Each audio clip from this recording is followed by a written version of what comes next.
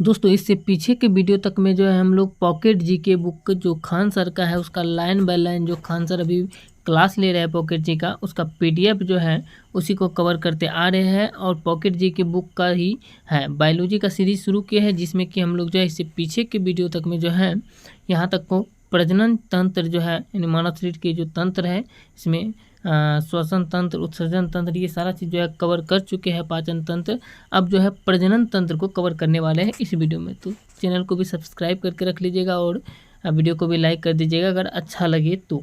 चलिए यहाँ से देख सकते हैं लाइन बाय लाइन आपको बता रहे हैं। प्रजनन तंत्र क्या है ये समझिए। सजीवों द्वारा अपने ही समान नए जीव को उत्पन्न करना प्रजनन कहलाता है। और प्रजनन जो है सामान्यतः 3 प्रकार का होता है। क्या होता है प्रजनन तंत्र? प्रजनन तंत्र का मतलब होता है अपने एक जो है संतान, जो एक सजीव है या जीव है कोई भी, तो उसी के जैसा एक और जीव को जो यदि उत्पन्न करते हैं अपने जैसा ही, तो उसको वही क्रिया जो होता है यही क्रिया प्रजनन कहलाता है। और प्रजनन 3 प्रकार का होता है, पहला कायिक, दूसरा अलैंगिक और तीसरा लैंगिक। चलिए पहला समझते हैं कायिक प्रजनन क्या है। तो कायिक के बारे में बात करते हैं, आप देख सकते हैं कायिक क्या है। कायिक जनन, कायिक जनन जो है जब बीज के अतिरिक्त पौधे के अन्य भाग परिवर्धित होकर मातृ पौधों के समान नया पौधा बना लेते हैं तो उसे जनन कहते हैं। उदाहरण के लिए आलू, घास, प्याज, अरबी, चमेली इत्यादि ये सब जो है ये क्या करते हैं परिवर्धित होकर के जो है ये सब बीज जो होते हैं ये अतिरिक्त पौधे के अन्य भाग जो है इसका वो भी परिवर्धित होकर क्या करते हैं मातृ पौधों के समान नया पौधा बना लेता है, जैसे पहले से था उसी के जैसा बना लेता है। तो यही जो है कायिक जनन कहलाता है। इसमें आलू आ जाता है, आलू भी ऐसे ही होता है, घास, प्याज, अरबी, चमेली ये सब ऐसे ही होता है।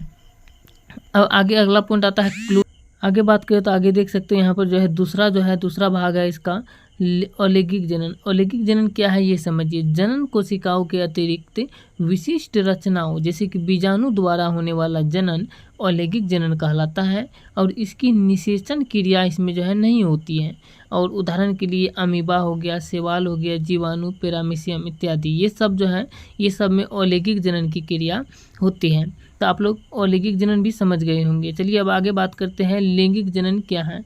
लैंगिक जनन जो है ये एक नर तथा एक मादा युग्मक के संयोजन से निषेचन के बाद युग्मनज बनता है और इस क्रिया को ही लैंगिक जनन कहते हैं। लैंगिक जनन की क्रिया जो है गुड़हल में होता है, धतूरा में होता है, मटर में, मछली में, मनुष्य इत्यादि ये सब में जो है लैंगिक जनन की क्रिया होता है। इसमें क्या होता है एक जनर होता है यानी एक नर होता है यानी एक मेल होता है और एक जो है फीमेल होता है।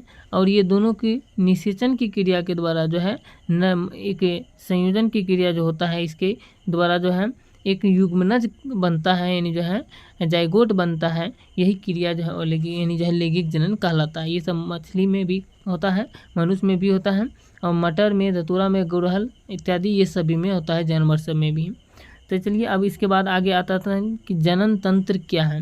जनन तंत्र की बात करें तो नर जनन अंगों के अंतर्गत वृषण, शुक्राशय, शिश्न इत्यादि अंग आते हैं जनन तंत्र में, जिनमें कि 2 जो है काउपर ग्रंथियां एवं प्रोटेस्ट ग्रंथियां भी होती है। जिनमें 2 काउपर एवं प्रोटेस्ट ग्रंथियां भी होती है। जनन तंत्र के ये सब जो है भाग है। अब आगे बात करें तो जनन तंत्र के बाद आ जाता है वृषण में क्या होता है। वृषण जो है वृषण में शुक्राणु यानी स्पर्म नर जनन कोशिका जो होता है इसका निर्माण होता है।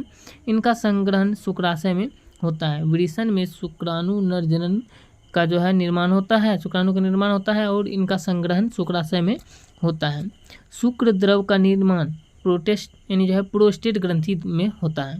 शुक्र द्रव का निर्माण प्रोस्टेट ग्रंथि में ही होता है, इतना समझ लीजिए।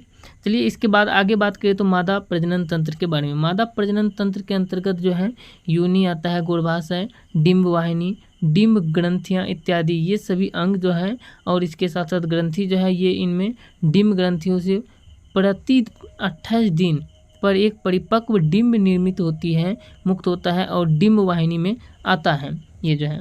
और ये जहाँ पर डिंब वाहिनी में जो आता है जहाँ पर इसका संपर्क शुक्राणु से होने पर निषेचन की क्रिया होती है यानी फर्टिलाइजेशन की क्रिया होता है। और इसके बाद जो है निषेचन के बाद जो है निषेचित अंडे का विकास गर्भाशय में होता है और विकास के फलस्वरूप शिशु का जन्म होता है। इस प्रकार से जो है जनन की क्रिया संपन्न होती हैं।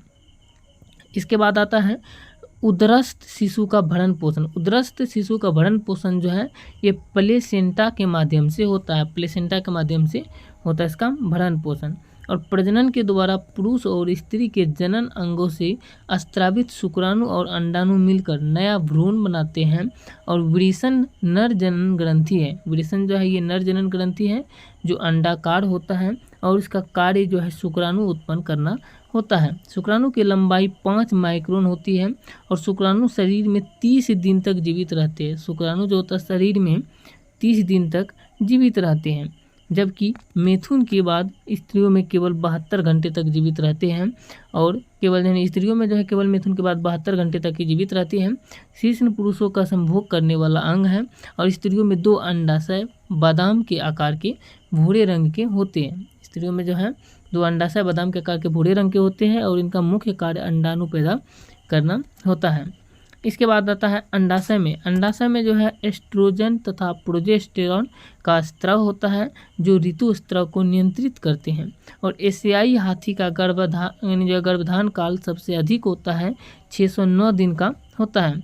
और अंडाणु की परिधि 100-125 mm तक होती है। गर्भाशय नाशपाती के आकार का होता है जो कि मूत्राशय के पीछे तथा मलाशय के आगे स्थित होता है। ऋतुस्राव को रजोधर्म और आर्तव या मासिक धर्म भी कहते हैं। ऋतुस्राव को स्त्रियों में प्राय 12-14 वर्ष की अवस्था से प्रारंभ होकर 45 से 50 वर्ष की आयु तक होता है। और महिला अपने जीवन काल में 400 ओवम का जो है स्राव जो है करती है, 400 ओवम का स्राव करती है पूरे जीवन काल में। महिला की नसबंदी को ट्यूबेक्टमी कहते हैं, महिला की नसबंदी को ट्यूबेक्टमी कहते हैं और पुरुष की नसबंदी को वेसेक्टमी कहा जाता है।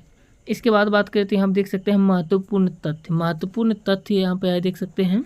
महत्वपूर्ण तथ्य में जो है इसमें आ जाता है पहला गौण लैंगिक लक्षण। गौण लैंगिक लक्षण जो है जिसे सेकेंडरी सेक्सुअल क्रोटेन जो है कैरेक्टर्स कहते हैं।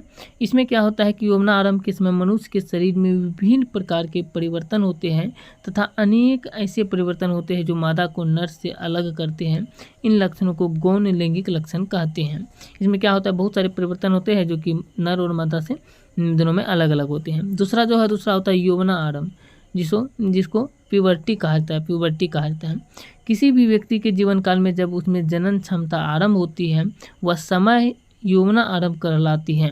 वह समय जो है यौवना आरंभ कहलाती है जिसमें जनन का समय जो है आरंभ होती है। तो और जनन क्षमता पुरुषों में 12 से 16 वर्ष में प्रारंभ एवं 50 वर्ष की अवस्था में धीरे धीरे जनन क्षमता घटती जाती है। जनन क्षमता महिलाओं में 12 से 16 वर्ष में प्रारंभ होता है और ये जो है 40 से 50 वर्ष की आयु में समाप्त हो जाती है।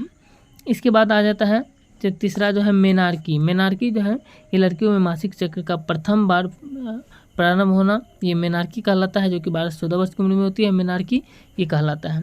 अगला आता है रजोनिवृत्ति। रजोनिवृत्ति जो है ये महिलाओं में 40 से 50 वर्ष की उम्र में पश्चात ऋतुस्राव नहीं होता है, इसे ही रजनोवृत्ति कहते हैं। रजनोवृत्ति से कहा जाता है। पाँचवा आ जाता है जरायु। जरायु जो है ये गर्भ की सबसे बाहरी झिल्ली को जरायु कहते हैं। गर्भ की सबसे बाहरी झिल्ली को जरायु कहते हैं। और अंडोत्सर्ग, अंडाशय द्वारा अंडाणु की निर्मुक्ति को अंडोत्सर्ग कहते हैं। अगला आता है अपरा। अपरा जो है ये अंकुर और गर्भाशय के कोशिकीय परत के संपर्क क्षेत्र को अपरा कहते हैं। इसके बाद आठवां बात करें तो आठवां आ जाता है युग्मनज। युग्मनज जो है जिसे जायगोट कहा जाता है, ये निषेचित अंडाणु को युग्मनज कहा जाता है। जो अंडाणु निषेचित होता है उसी को युग्मनज कहा जाता है। और अगला आता है कृत्रिम वीर्य सेचन। जब शुक्राणु मादा की योनि में कृत्रिम विधि द्वारा स्थानांतरित किया जाता है तो इस क्रिया को ही कृत्रिम वीर्य सेचन कहते हैं। जो है एक किसी प्राकृतिक के द्वारा नहीं जाता है, कृत्रिम तरीके से कर दिया जाता है। तो अगला आ जाता है वीर्य। वीर्य क्या है समझ लीजिए, जिसे सीमेन भी कहा जाता है। शुक्राणु एवं सहायक जनन ग्रंथियों के स्त्रावन सामूहिक रूप से वीर्य यानी सीमन कहलाते हैं। इसमें शुक्राशय का स्त्रावन जो है 50% होता है, प्रोस्टेट का स्त्रावन 25% तथा शुक्राणु का स्त्रावन 25% होता है। यह क्षारीय होता है और इसका pH मान 7.4 होता है वीर्य का pH मान। इसमें प्रोक्टोज शर्करा पाई जाती है। इसके बाद बात करें तो आ जाता है प्लेसेंटा से स्रावित हार्मोन। प्लेसेंटा से स्रावित हार्मोन जो है ये HCG कहलाता है। दूसरा जो है हार्मोन इसे जो है प्रेगनेंसी हार्मोन कहते हैं।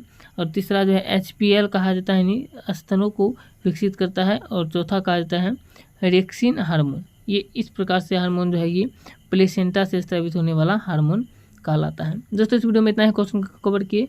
नेक्स्ट वीडियो में इससे आगे के क्वेश्चन को जो है कवर करने वाले हैं, बायोलॉजी का ही। इससे आगे का जो क्वेश्चन आएगा, तो ये वीडियो कैसा लगे आप लोग कमेंट करके बताइए। जय हिंद।